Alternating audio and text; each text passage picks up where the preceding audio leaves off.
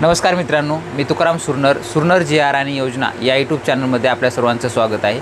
आजच्या व्हिडिओमध्ये एक अत्यंत महत्त्वाची माहिती आपण पाहण्याचा प्रयत्न करणार आहोत, ती म्हणजे मुख्यमंत्री माझी लाडकी बहीण योजना या संदर्भातील एक महत्त्वाचं अपडेट आलेलं आहे। यावरती जर पाहिलं तर जे काही गव्हर्नमेंट शासनाची वेबसाईट आहे, महाराष्ट्र शासनाची जी काही लाडकी बहीणची वेबसाईट आहे, त्या वेबसाईटवरती एक नवीन ऑप्शन देण्यात आलेला आहे आणि तो ऑप्शन आहे मुख्यमंत्री माझी लाडकी बहीण या योजनेची ई-KYC करण्यासाठी येथे क्लिक करा। म्हणजे आता राज्यातील ज्या काही महिला आहेत त्या लाभ घेत आहेत त्या सर्व महिलांची आता ई-KYC केली जाणार आहे। ई-KYC करण्यासाठी तुम्हाला इथे ऑप्शन देण्यात आलेला आहे। या ऑप्शनवरती तुम्हाला क्लिक करून तुमची ई-KYC करून घ्यायची आहे, परंतु सध्या ऑप्शन देण्यात आलेला आहे, परंतु सध्या ई-KYC सुरू झालेली नाही आहे।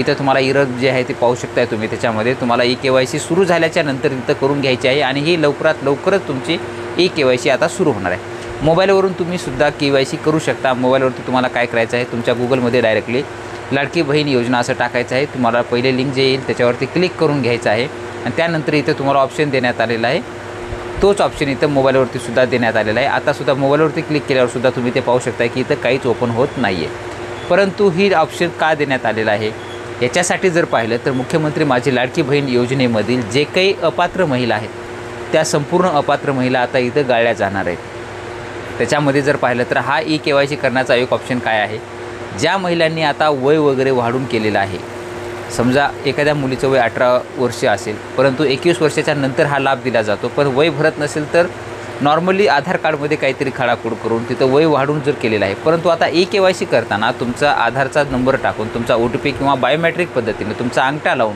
ज्यावेळेस तुमची ई-KYC केली जाते तेव्हा तुमचं आधारवरचं ओरिजिनल वय तुम्हाला तिथं दिसलं जातं। त्यामुळे तुमचा जो काही हा लाभ आहे तो लाभ इथं बंद होऊ शकतो। ज्या महिलांचे वय जर पाहिलं तर 65 वर्षाच्या वरील वय असतील परंतु लाडक्या बहिणीचा लाभ त्यांनी मध्ये दुरुस्ती करून किंवा आधार अपडेट करून किंवा आधार खाडाखोड करून केलेले असतील त्यांचेसुद्धा आता इथं हे होणार आहे। तरी जी काही KYC करायची आहे ती संपूर्ण कशा पद्धतीनं करायची आणि ज्या खरोखर लाभार्थी आहेत त्यांनी ई-KYC ऑप्शन देण्यात आलेला आहे। KYC सुरू झाल्यानंतर आपल्या चॅनलवरती लगेच ई-KYC कशा पद्धतीने करायची त्याची सविस्तर आपण व्हिडिओ स्टेप बाय स्टेपचा व्हिडिओ देणारच आहोत। चॅनलला तुम्ही सबस्क्राईब करून ठेवलं तर चॅनलला आत्ताच सबस्क्राईब करून ठेवा, कारण की तो व्हिडिओ आल्यानंतर तुमची ई-KYC तुम्ही स्वतः घरी बसूनसुद्धा तुम्ही ती KYC तुमची करू शकता। अशा पद्धतीची एक छोटीशी माहिती होती, ते आपण देण्याचा प्रयत्न केलेला आहे। असेच नवीन अपडेट आपल्या चॅनलवरती येत असतात। तुम्ही जे चॅनलवरती नवीन असाल तर चॅनलला नक्की सबस्क्राईब करून ठेवा। भेटूया नवीन माहितीसह नवीन व्हिडिओमध्ये। धन्यवाद।